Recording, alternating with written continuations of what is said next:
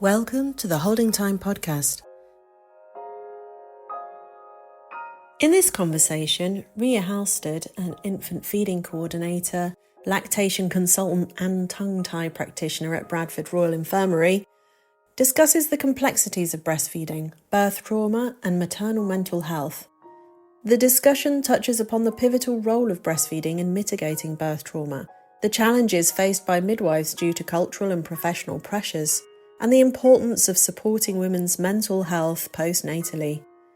Ria shares her breastfeeding journey, highlighting the emotional and physical challenges she faced and addressing the broader impact of societal and cultural factors on maternal experiences.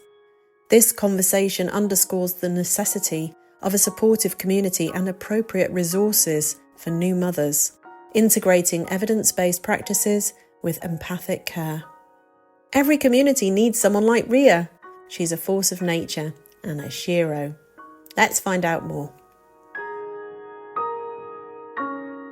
I'm Ria Halstead. I'm the infant feeding coordinator here at Bradford Royal Infirmary, and I'm a lactation consultant and a tongue-tie practitioner. Lots of plates spinning. So I have heard a lot about you. As you know, women rave about you. When we did the launch, we had people telling us that you were the one to go to. It's very, very nerve-wracking. I'm always like, oh, really? But I guess if you have an impact on a woman and it happens to turn out to be beneficial, whether you were actually the cause or the pivotal moment, I think it's just nice to be thought of, isn't it? It is. I think when you think about women's fertility, you kind of think of the midwife as being the person who's really, really important in women's lives. But I mean, I've obviously been doing this work for a while, and I can see that sometimes birth is totally overshadowed by breastfeeding issues. It's something that if women want to breastfeed and face problems, that can stay with them as long as maybe even trauma from birth, or it can perhaps even help with birth trauma. There's some evidence out there. I can't tell you, I'm not very good at quoting specifics, but I do know when my massive reading ether that there is some evidence to support a healing process that is linked with breastfeeding. So if a woman loses all sense of control from her journey and her birth and everything goes completely awry, but she did want to breastfeed, and then she ends up achieving her goal of breastfeeding, that can actually kind of almost mitigate the level of trauma. And I had some really nice feedback the other day from a third party who works in the perinatal department. I had an email sent sharing, like, these women are going through really dark times, postnatal, like PTSD, kind of really, really traumatized. And she said what's really hard is to find like the glimmer in their lives or their journey that then they can hook on and then go, oh, this is positive, let's run with it. On a couple of occasions, my name came up and I was like, oh, that's insane. And so, that really does make a difference.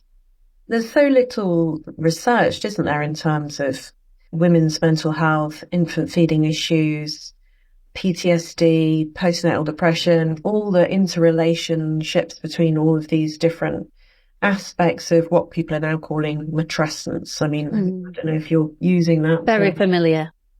Yeah, I've just been reading the Lucy Jones book, and it was really making me reflect on this work, because I kind of realised, well, this is one of the places where I think I have stumbled a bit with the sort of academic and art world, because actually being seen to advocate anything that is seen as natural can really trigger a lot of women who've had a really, really bad time of birth and who feel really strongly, and I think quite rightly, that the sort of natural birth movement has kind of skewed services for women to such an extent that women have ended up even dying as a result of like an overemphasis on not having C-sections, not using pain relief, etc., etc. It's created a lot of anger, and breastfeeding sometimes I think gets kind of bunched in with that as like, oh, those breastfeeding Nazis, or those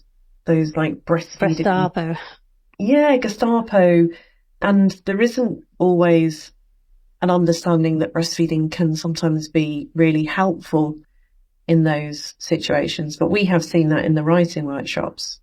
You have to rebuild, don't you, somehow? You have to build from this place. Absolutely. I think the matrescence is really relevant and current, and it's new and emerging, isn't it? In as far as the wider populace knowing about it, and then understanding that, you know, you shed the skin of your former self once you give birth to another human, and you'll never be that person again for a myriad of magnificent and horrendous reasons. How does one align with that? Prepare? You can't. And so it's going through the motions of it. A lot of the time, I think the information that women have is not necessarily anchored on either evidence to then give it enough weight. So, you know, the baby clothes, baby wearing, co-regulation, there's not really any of the conversation around that. It's like, I just want to be me again. I just don't want to be touched. I'm touched out. And yes, everybody's got like a spectrum of being touched out. But if they understood what a physiological, neurological impact it made on the small human that they birthed or created, it might make the acceptance of it feel a little less incongruent with where they're at, and then maybe they would ride the journey a little bit more smoothly rather than fighting it and being like, I just want my body back. This baby needs too much of me. I think there's maybe just not enough of the conversation is broadened out to like the mum and the baby. It's either the mum or the baby. And there's not like this middle ground where they are a dyad, where they're one body for the next, you know, the fourth trimester, matrescence. And I think that's really hard to align with. And people prep so hard for the birth because we do as humans obviously have a protective mechanism to not see the baby in our minds preceding the birth. The birth is such a wall. So you can only do so much antenatal education around feeding, signpost, open those doors, let it hang a bit, and then see where it gets picked up at some point, whether it's returned to or not, or it's so far down the line that it's forgotten. I think it's a really, really challenging area. My feeling is that it can't all be the medical profession, you know, that obviously there's this interface between, you know, culture and medicine with birth and breastfeeding. And there's a lot of pressure, I think, on the NHS to do everything. Yeah. There's a certain amount that's just not possible. You could take a horse to water, right? But yet midwives are culpable for every facet of a baby in the uterus, the mum and the baby's well-being, in addition to the mum's emotional planning, her actual planning, her physical well-being, then the decision she makes, plus then what we do in practice, plus then when if she's non-compliant with the care that's offered or provided, then we're culpable for that. And then when the baby's out, we have to do it all. There is an insubordinate amount of pressure on a midwife, which then could be leading to some level of, I don't want to say apathy, but like, you know, a somewhat of a disconnect. Maybe burnout. Yeah, we've got COVID burnout, you know, all of those things, absolutely.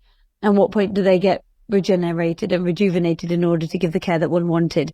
You know, I've talked loads previously and always yattering on about like how we always add more and more because we're in a medicalized world and the midwifery is a non-exact science. And the medics are not going to get the data because midwifery is non-exact. So like you say, it's the juxtaposition between medicine and culture.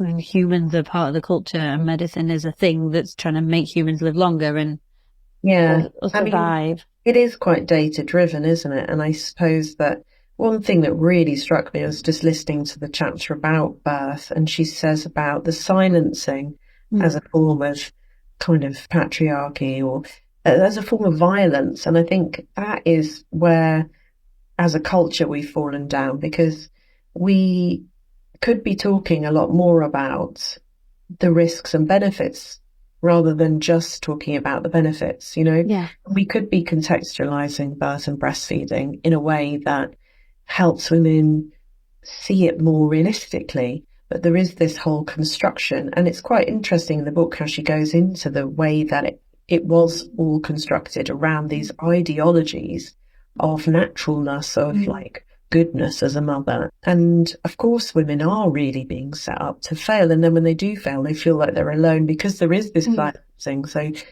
there isn't the context for them to slot their experience into and say, oh, yes, well, I knew that could happen. It's like if you drive a car, you know it's possible to crash. You have all these insurance policies and everything around that. There's a whole industry around, you know, your car needs fixing, etc. But you have something like a baby, which is such a massive. You've got to wing it. It's so gigantic. And yet you just go into it knowing almost nothing at all about the risks. And then I was floored by being the parent and how you feel being the parent. And then and this whole splitting of yourself into two, and the vulnerability and the openness and the sort of porousness that happens to you, it's extraordinary. And I think that Lucy Jones' book describes this really, really well, because she uses biology to describe it. Yeah, it's really nice to kind of separate it. Yeah, and contextualize it within a wider animal and plant behavior. And I really like that. I have to say, like, whether it started with like mushrooms and etc. And I feel like it really separated, or just had the language for something, but it wasn't humans and it wasn't women. Like, whenever women talk about women, we're emotional, and it's all the generic capitalist patriarchy and all the general rhetoric that we've got. Are you too emotional? Blah, blah, blah. So when a man talks about women and their journeys, it's impactful because, well, he's got no skin in the game, right? So it was really nice to have it kind of separated again and have it be a thing and a living thing that wasn't a person with a face. Yeah, and just the way that giving birth kind of does connect you to these other biological forms. They split and spread or metamorphise or whatever they do. You know, it's a really lovely way of talking about it that I think is really helpful. And then, you know, drawing back and looking at women's experience through the system that we have and why it might be traumatizing. And yeah, I mean, I think the first thing is just to talk about what the challenges are, what the risks are, and then look at it kind of quite cold-faced and say, well, what's within our control? You know, obviously there's quite a lot that's not, you know, in terms of the individual births, the individual babies. Every single case is different, but what can we do? And like I see the infant feeding teams as a sort of a group of, it is basically women who kind of catch the mother, and they spring out of nowhere and you don't even know they're going to be there, you know.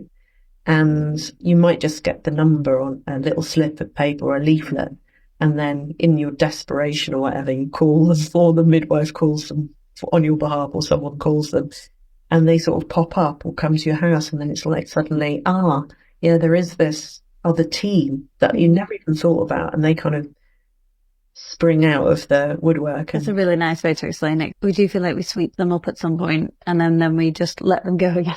And then we'd never to be seen again. And we just hope we did a good enough job. They're then in the throes of it, aren't they?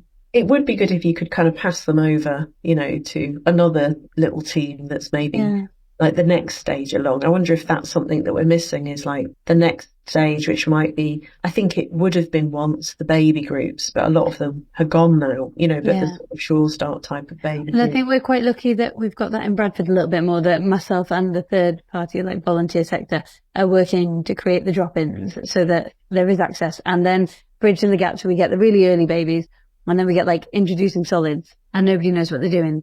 So we've managed to capture all those women and they keep coming back. So then that means that we've got that scope to have that secondary, like non-clinical, but knowledgeable input. And so we have got that in place in one location specifically on a Wednesday in Bradford. So we're trying to spread, and, you know, we'd love to mimic that in other places, but I think the need is so great in other areas that we'll have to be more bespoke about it. So like Central Bradford, BD1 and stuff, we need to be more mindful of the demographic and their need, which is like immediate healthcare, and to be listened to by the GP, not have to chase it up loads. And if they don't have English as their first language or haven't got access to the GP because they live a certain distance or whatever, then we can bridge that gap and just say, you need to prescribe this, and then they get it. Oh, that would be dreamy. So the whole dropping in and then introducing solids is kind of not really their bag yet. But once you've got them here, then we can like filter them there. That would be the dream, or is kind of an evolving process.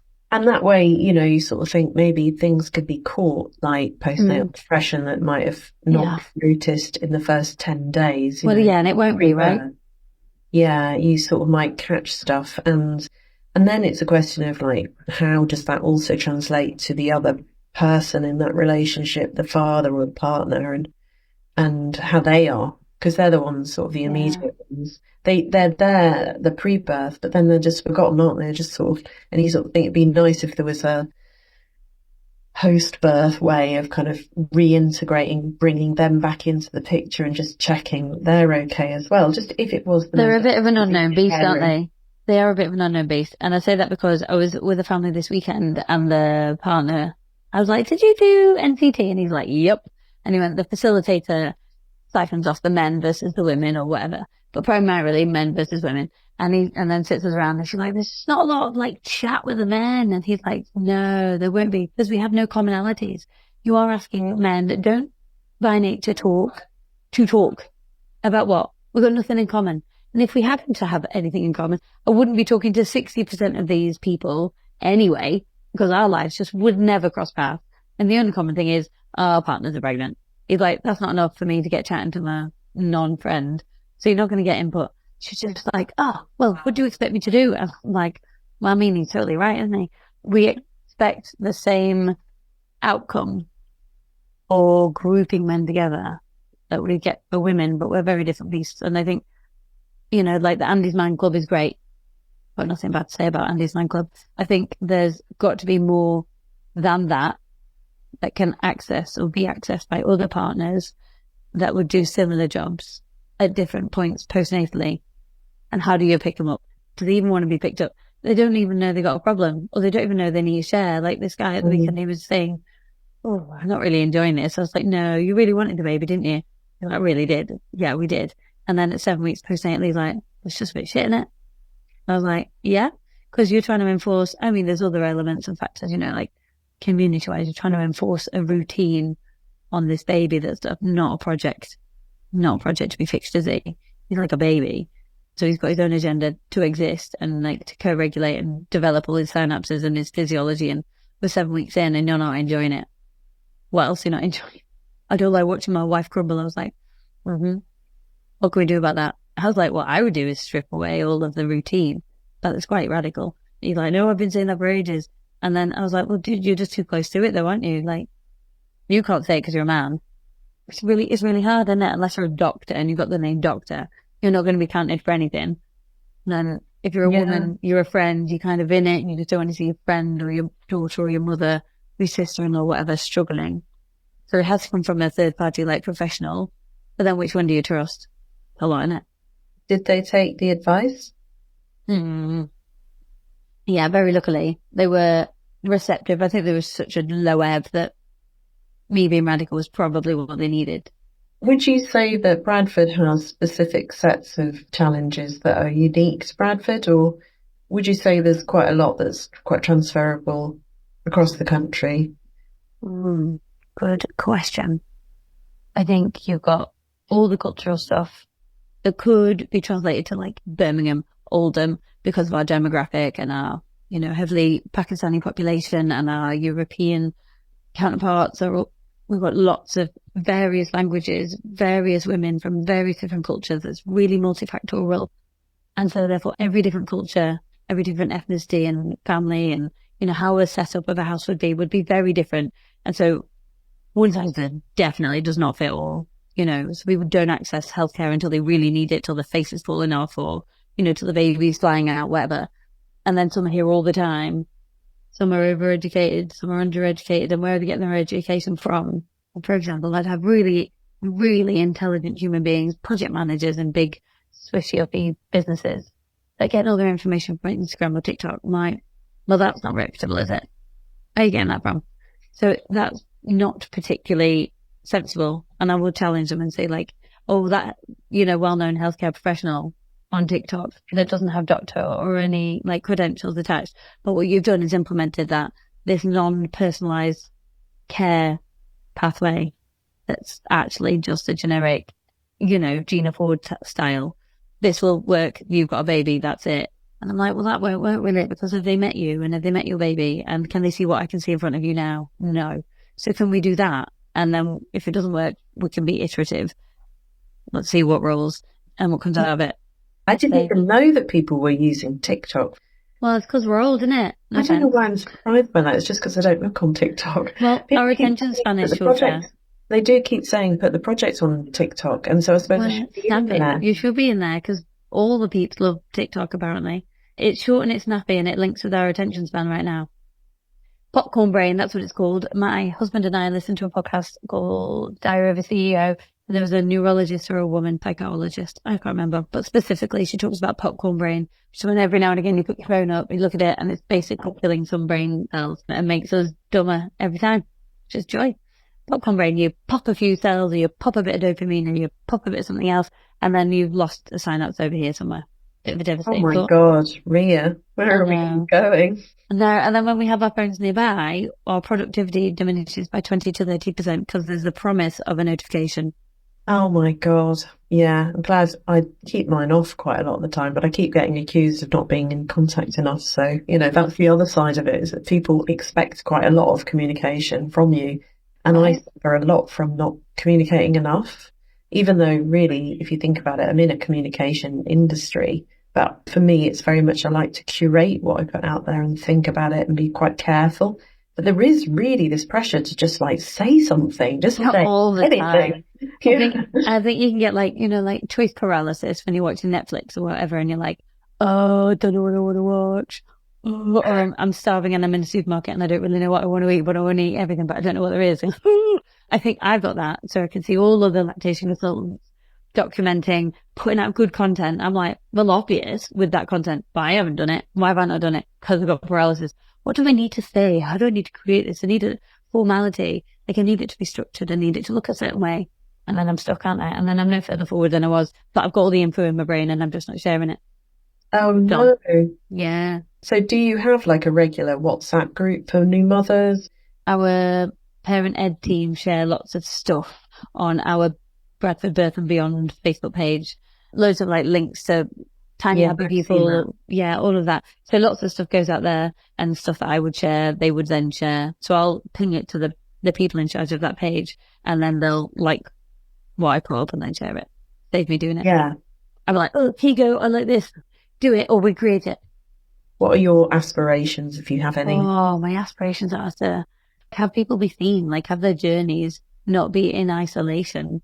Whatever your clothes, your get up, your garb, whatever, how many you've had, whether it's your first time, your 10th baby, and this time you happen to be bottle feeding or breastfeeding, or it was actually a really shit journey this time and all the rest were easy and I've got nobody to talk to because, well, my baby's alive, so I'm fine. It's all that, isn't it? Like, I want to break down the gaslighting. That silence you're talking about.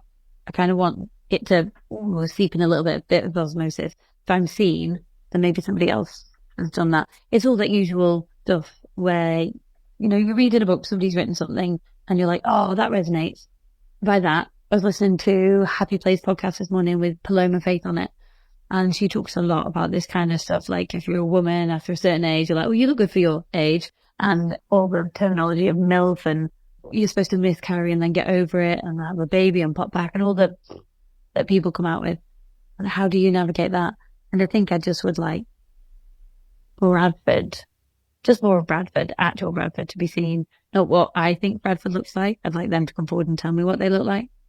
The real issue is about getting the right people to take part, because we've probably got maybe 30 women that could participate between the workshops and the photography and the interviews. Amazing. But it's not that many, is it? So you sort of think, I really want to make sure that if we are, for example, not all women will want to be photographed, and not all women are currently breastfeeding. So not all women will be in this part of the project. But I really think that's why we've slowed down the workshops. We used to do them first, but what I realised is they're a great opportunity we can use the photography and the interviews to recruit women into the workshops that wouldn't otherwise do the photography bit, especially when it comes to, for example, Muslim women who might not feel comfortable being photographed, especially those from more conservative communities, but they could still write a poem and they could still have access to debriefing, downloading, and have that voice, hanging it out there. Yeah, I think just putting it out there and see what comes of it is really nice. And the partners that I'm working with are the ones I found are responsive, like you and Jane and Woman's Own and finally Cartwright Hall, etc. But it has a Better Place have been massively supportive and great. So the idea with Better Place is that we're going to build a stone mother. She's going to be like lying on her side, made of a ton of stone, and it'll be a place where you can actually sit. So it'll be you can sit on. So you're sort of sitting on her knee, her thigh, and then I'm working on that being a kind of digital portal for the rest of the content, so you can kind of scan the stone and either it will have a QR code carved into it, or looking into other ways of doing it so that you can then find the digital content, the interviews and the portraits from that mother sitting, lying in the park. That's so great, yeah, lovely idea. There's some new things happening with Bradford that I'm quite excited about. But I suppose, the challenge has been things like recruiting, because we did singing workshops at Woman's Zone last year, and that was really hard to get mothers to participate in. That's why I don't want to lose the NHS, because I think, well, the NHS is going to be really key. I need you to be able to hand a card to a mother and say, hey, how about this? I mean, what I've learned from other projects is to try to be relaxed about the recruiting and do it very carefully and really work one-to-one with you, the partners, so that we really get the right women at the start. One of the big challenges with the project is to get the actual reflection. Diversity. I wanted to round up this conversation by asking you about your breastfeeding experience, which I don't think I ever really did in all the conversations we've had. I don't think I've ever really asked you, like, what journey I've had. Yeah, what sort of journey did you have? How many? You've got 2 children. 2 small humans. Was it your own breastfeeding journey that started you down this path, or were you a breastfeeding counsellor before you had your children? No, I wasn't. I wasn't even an infant feeding lead when I had my small person. I was just a lowly midwife. But I had experience of, I was midwife, or I am. But I was working in Lewisham as a community midwife at one point or another, and I had a wonderful mentor who. A thing with the midwife is there's a birth happens and then something miraculous happens with mum. She goes from being super primal to like this aura. I can't quite explain it, but for me, that's what I see. And I saw this again when a great midwife, who's called Jo, helped a woman breastfeeding at home, and loads of challenges, loads of complexity. And it just literally, that aura kind of reappeared. It's kind of like, oh, I've got this. And that really, it must have just stuck. And then I had a small human in 2017, and I got like terrible nipple trauma. She had a tongue tie, and I used nipple shields for 5 months. She was a tiddler. She was like 6'6", post-dates, got induced, didn't really know anything really. Didn't know anything really. I knew what I knew about feeding, but I didn't know it because I hadn't experienced it. And I think you can do some level of infant feeding support, but I don't know if you can do proper deep and good and game-changing infant feeding support unless you've had an experience of the weight, the onus, the pressure of having a responsibility to feed a small human. You're saying like you drive a car, but we have a driving test, don't we? And you get taught a lot and then you're loose on the road, but we have a baby and then all of a sudden we need to know how to use our boobs, and there's no learning. You just get on with it, to the detriment of a baby if there's a lot of weight loss or whatever, and the mum's mental well-being. Yeah, so I'd use nipple shield I'd used them because they hurt, did my boobs. And then I went and saw a midwife in like a postnatal group setting, and there was a lot of pressure to stop using the shields. And I was just tried really hard to stop using the shield with a flipple and all that technique stuff. Matilda, my little one, was just not having any of it. And I felt all this pressure, and then I was in pain again, back to square one. And I was like, I just don't understand why I've got to stop if this is working. Why do I have to stop using a shield when she's getting milk and thriving? I don't understand why this is like the devil.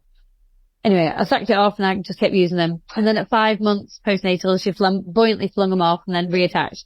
And so like for me, I was like, oh, and had the release that was obviously pent up that I didn't know was there, and like proper flamboyant. And me trying to attach her preceding that was her like retching at the boob, the naked nipple, which felt really sad. So then I'm like, well, I'm going to put myself through that. I don't need to. She's feeding well. She's thriving, using shields, and it worked. And so that was her. And then she's still boobing now. So she just pulled the nipple. Flamboyantly flung it off, and that was it, and attached without I've never shield. heard that before. So that's so funny. I know, right?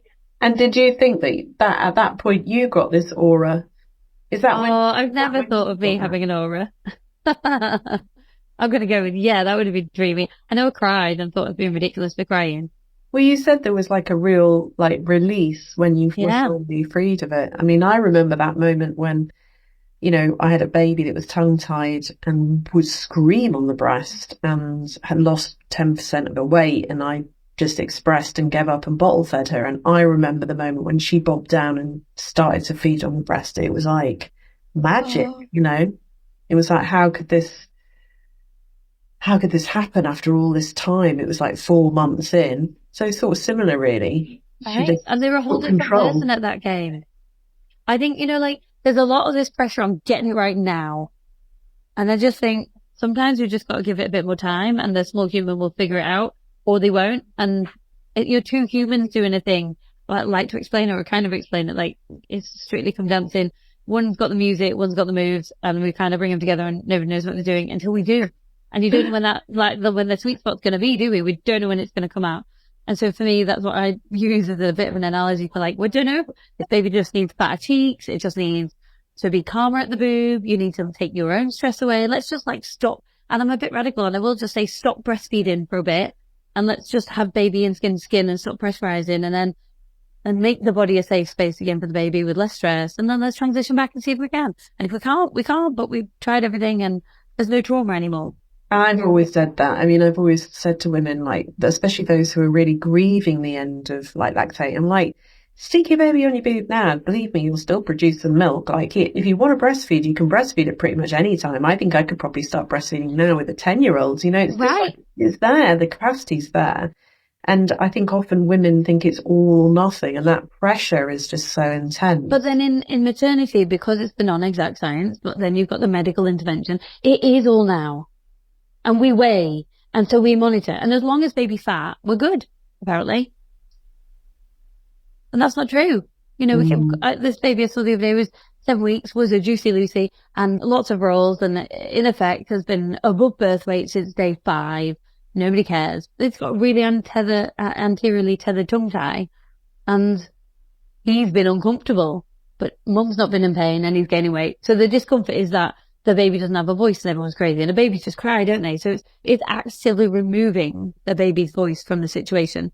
And so I don't like that very much, I'll be honest. I think that you're very much an advocate for infant mental health. Yeah. I know the way you talk about it is that's really something you feel very strongly about, is, the well-being of the, like you say. It's the fundamentals for the future, right?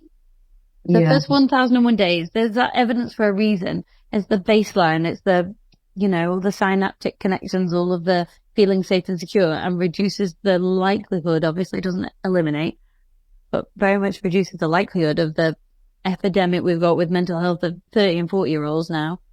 Do you think it does last that long, the impact? Well, if we from a small young age were told that crying was pointless and you just shove it down, just shove it down. You don't have feeling, they're irrelevant. Just shove it down. It doesn't matter. We'll talk about it later. Shh. Seen and not heard. Shush. Somebody else will go worse than you.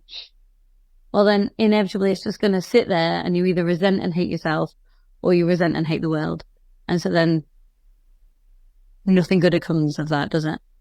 Yeah. No. Spilling out at some point. And unfortunately, we're in this sandwich generation where we, millennials are sandwich generations, where we've had it all and we've never had the trauma in terms of war or famine. We have obviously in the world, but I'm just talking like my world right now. In terms of in the UK, it's not very traumatic, is it? And so what have I got to be sad or sorry about? Apart from, I was probably left to cry out. I was formula fed. I was seen and not heard. I was probably passed around a lot. And then what? We have loads of mental health issues because we're somewhat repressed. And then I become a parent and I'm like, oh, I've got trauma responses that I didn't know I had. Oh, well, I can't pass that on to my small human because I understand that it's come from somewhere and I got to stop that. So then I've got to parent myself again, and then I've got to parent this child. And then I know, me personally, knows too much about all of this. Then I'm going to be really mean to myself, aren't I? And remember, I tell everybody else that you only need to be a good enough parent, like Goldilocks, 33% of the time. A lot of wiggle room. Yeah. Don't put myself that slack. Not so much.